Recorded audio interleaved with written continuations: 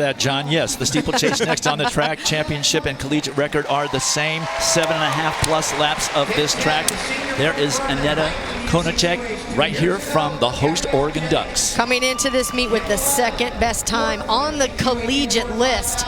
And she's going to have to tangle with Courtney Waymont from BYU, who is down with hip number 4. If you thought that 1,500 meter was momentum, you wait till you watch Waymont run this. But on Thursday, when these women ran in these semifinals, get this, 11 of these 12 women had personal bests in the semifinals. It was one of the fastest steeplechase ever ran here.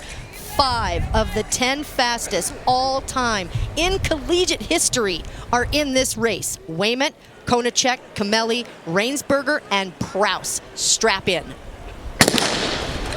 24 women came here on Thursday and raced. 12 remain for this final. They'll bypass the water jump the first go round. 28 barriers, 7 water jumps, and slightly over 7.5 laps of this new Hayward track.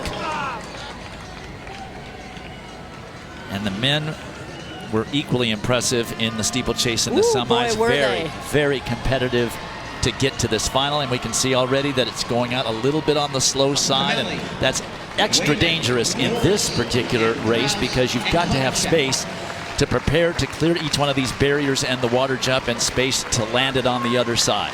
The difference between the men's steeple and this steeple is it was pouring rain during the men's steeplechase, and now it is beautiful out. It's almost 80 degrees, so the water pit that these women are going to hit on this first go-around is going to start to get refreshing in those later laps.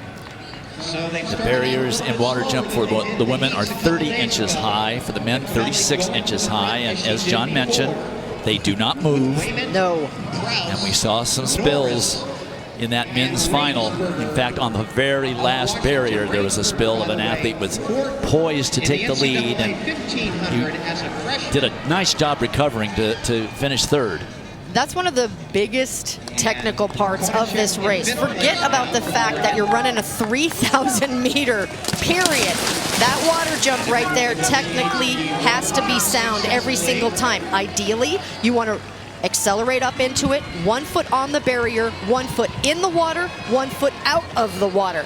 But as the pace either quickens or slows, there can be a lot of carnage in that water pit, especially after water gets on top of it. Joyce Camelli of Auburn currently in the lead. Let's step aside for a moment and go back to the Tyra Gittens show at the high jump. She had a miss at 5:10, then cleared with not a great effort. This was her first attempt at 5:11 1/4 just a couple minutes ago.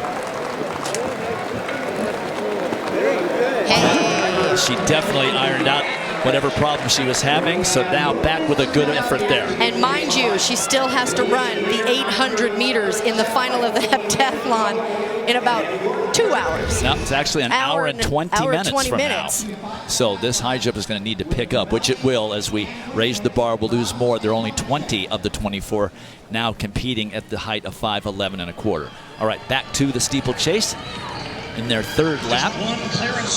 We talked about the barriers and just the balance between being able to run a 3,000 meters and navigate those barriers as they hit the second time on the water pit.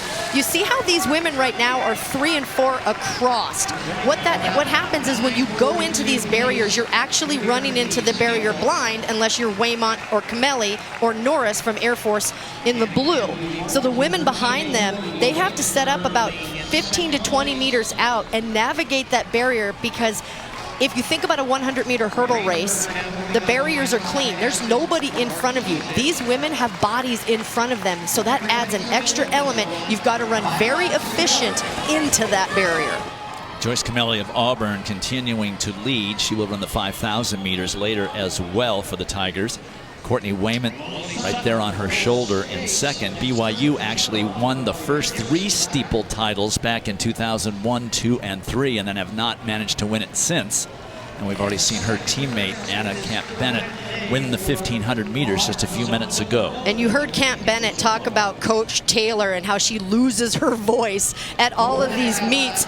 They were actually on my flight here, and these women at BYU literally come here and show up. I had a great talk with Courtney Wayment from BYU, currently in second right now. She describes her race right now as vibey. I loved that she described it like that, because if you think about this race, it is so difficult. It's 3,000 meters raced over railroad ties that you have to jump 28 times. And she said what she's doing right now is she's just relaxed. She feels that everything right now is on point. This first mile, she wants to make sure that no matter if she can hear Coach Taylor's splits, that she can feel exactly what pace that she's on. And then she'll decide when she's going to make a move or cover a move if she has to.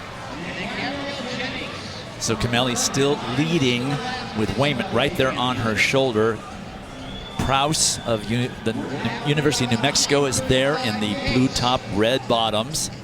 Konachek right there in the mix for Oregon as well. And so is Katie Rainsberger. She's in the purple with hip 5 on her.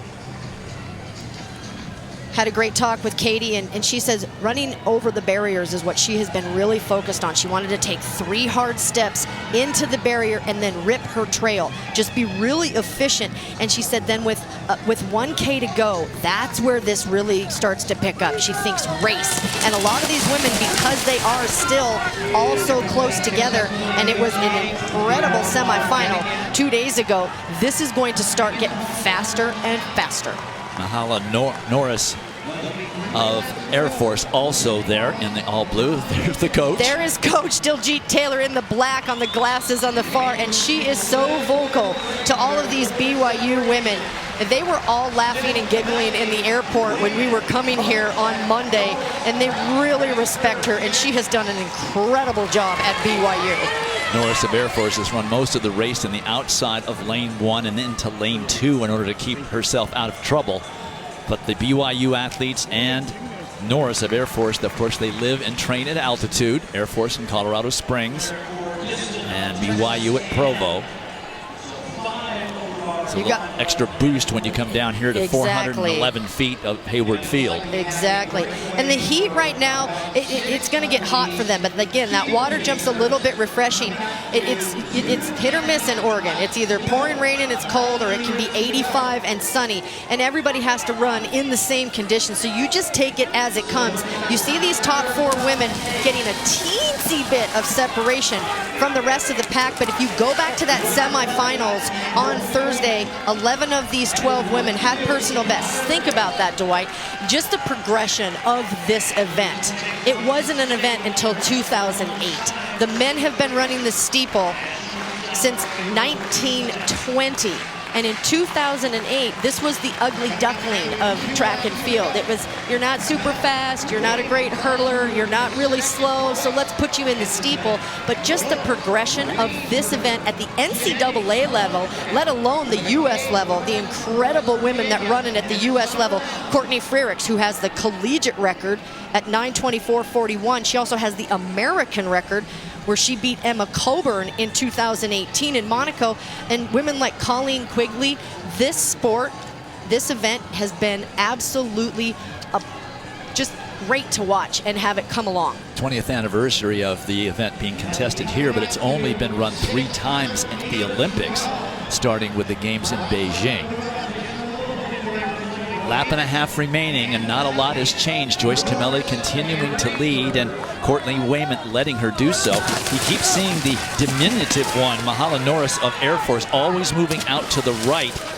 That allows her to get a line of sight on the barriers and the water jump. She's much smaller, much shorter than the rest of the athletes, and Wayment, much taller than she just can't see the barriers in the water jump if she doesn't move out to the side. It causes her to run extra distance in the curves, but it also keeps her from getting injured by misjudging the barriers. Now it's going to get interesting. There's the bell. 5 athletes up there in front: Camelli, Wayment, Norris, Prowse, Rainsberger. They've dropped Konachik of Oregon. She's well back in 9th, out of scoring position. These top 5 women right now, this is where the mental part comes in. If you make a move, you have to make it with authority, and whoever makes that move, if you're going to try to cover that move, you have to do it with authority as well. And here comes Rainsberger from Washington making a move on the backstretch. Stuttered into that barrier, though, and that's something that will take a little bit of time off. All right, 2 obstacles remaining for these steeplechasers, and Rainsberger had to chop at that last barrier. You just don't want to do anything that stops your momentum. Pretty good water jump for the top 3. Camelli hanging in there after she's worked so hard in the front. Rainsberger, and there's Norris. Norris in good position. She goes wide as she has the entire race. Not a great last barrier. Rainsberger with a good head of steam, but Camelli is just not letting her have anything. Here comes Norris on the outside. It's going to be Mahala Norris at the line. Wow! She had to keep going wide to be able to see the barriers. She probably ran 3,020 meters. She did, and she ran 9:31.79. That is almost a 6-second personal best. This event is incredible. Her first NCAA final, her senior year at Air Force. Holy and she moly. pulls off the national title with a giant lifetime best. And running out in lane 2, almost lane 3 the whole time. That was so gutsy by Norris. A 6-second, almost a 6-second PR. Joyce Camelli did hang on for a second by 0.05 of a second.